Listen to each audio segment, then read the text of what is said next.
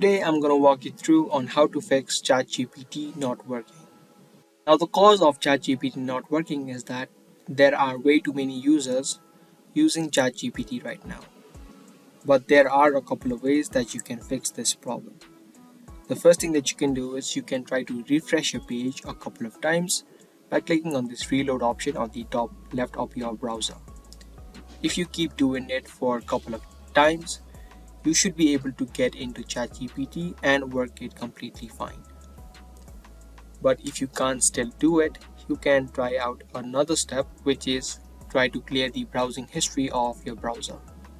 For that, click on the three dots on the top right, or you can straight click on Ctrl+H on your keyboard and it's going to take you to your history. Now you can click on clear browsing data, and now on this tab you will see under basic you must check the cookies and site data and cached image and files.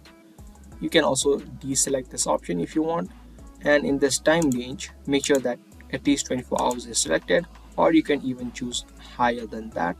After that is done, you can now click on clear data.